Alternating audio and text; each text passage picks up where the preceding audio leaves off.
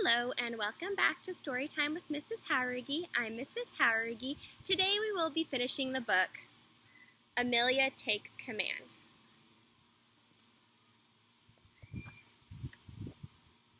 After lunch, we launched our rockets. My cricket landed safely. So did Nadia's. Only 2 crickets fell out when their rockets broke on landing. The parachutes got stuck, so instead of gently floating down, they crashed to the ground. One was Olina's. The other was Brad's. That shows what a rotten commander he would be.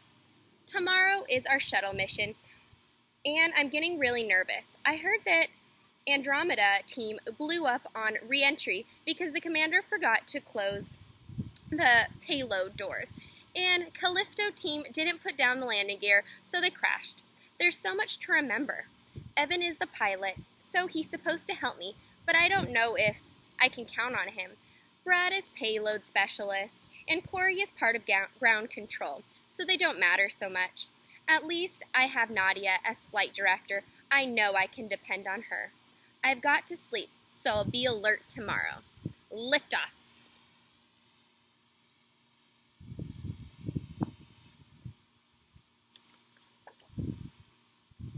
Discovery mission. So much has happened. I'm not sure where to start. We lifted off okay, and it felt so real. The boosters and fuel tanks separated the way they were supposed to, but Evan kept calling me Salamander Amelia instead of Commander Amelia. I got really steamed, and that's bad because being mad is distracting, and I had to pay attention. Even with Evan being a jerk, we deployed a satellite, and Olina, the mission specialist, ran her experiments. So far, our mission was a success. No mistakes. Then, just as we were about to start our deorbit maneuver, an alarm went off. Both our orbital maneuvering engines had failed. Evan went into a total panic. We're gonna die. We'll be lost in space forever. He wouldn't stop screaming. Olina was frozen in her chair. I could hear Nadia in mission control saying, "Oh, no, no, no." I wanted to scream, "Stay calm." But instead, my voice got very low and quiet. It didn't even sound like my voice anymore. It was sharp and hard and gray. All the other kids looked at me with big eyes, and Evan stopped screaming. It was amazing. I felt big and powerful because of that voice that you just had to listen to. I said slowly and calmly, "We're not going to panic. We can still land safely," but I wasn't sure how.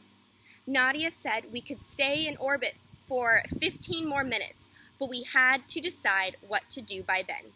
In real life, we could orbit for days. In the simulator, we had to finish by lunch, so the next team could go in.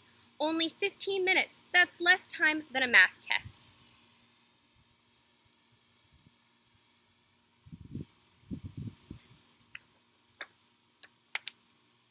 I thought and thought and thought. I tried to remember everything we'd learned. What kept popping into my head was how to go to the bathroom in space. That was no help. Evan, Brad, and Olina kept looking at me, not saying anything, just waiting. Then I had an idea. Maybe if we tried the smaller maneuvering rockets, we could use them instead of the orbital engines to break the orbit and push us back through Earth's atmosphere. We just have to fire the rockets longer since they were smaller, but how long would be long enough? No one knew how long we would need to burn the rockets. I would have to guess. Since a regular burn lasts 2 to 3 minutes, I decided we would try 9 minutes. We belted ourselves in and Evan fired the rockets. Those were 9 long minutes. I felt like I was holding my breath the whole time. It worked. We landed just fine. I remembered the landing gear, of course. And when we came out of the shuttle, everyone at Mission Control stood up and applauded. I felt like a hero. Nadia hugged me and she said she was so proud of me. And for the rest of space camp, Brad, Evan, and Corey totally stopped teasing me.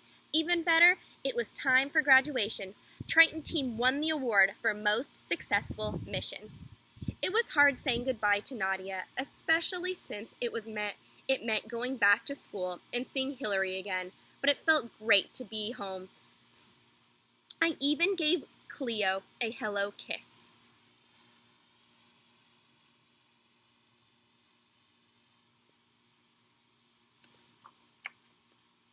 She was astonished. Mom promised we'd have a celebration dinner of pizza, what I missed the most at space camp. but first I wanted to be alone in my room for a while. Going back to school was definitely not easy. I didn't want to go from being a hero to being a jerk, as Hillary calls me. I looked for Carly, but the first thing I saw was Hillary's nasty face, like she was waiting for me. Luckily, the bell rang before she could say anything else. Unluckily, Mrs. Busby gave us a surprise test first thing. I didn't remember much math. First Hillary, then a math test. It was a rotten day. And it got even worse. At recess, I could see Hillary waiting for me, so I tried to ignore her, but she wouldn't let me.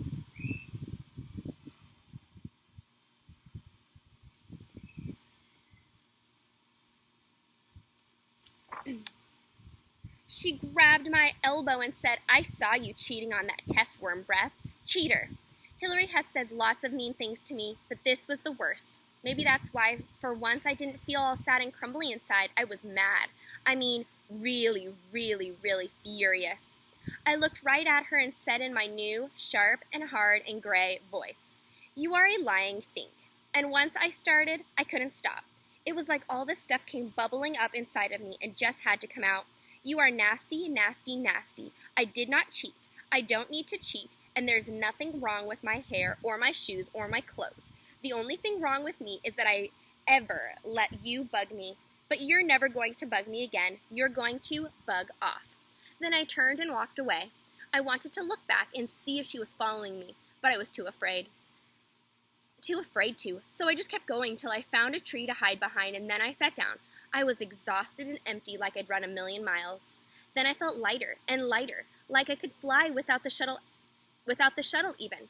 Carly told me that when I walked away, Hillary started to bawl. She sounded just like a cow. I almost felt sorry for her. Almost.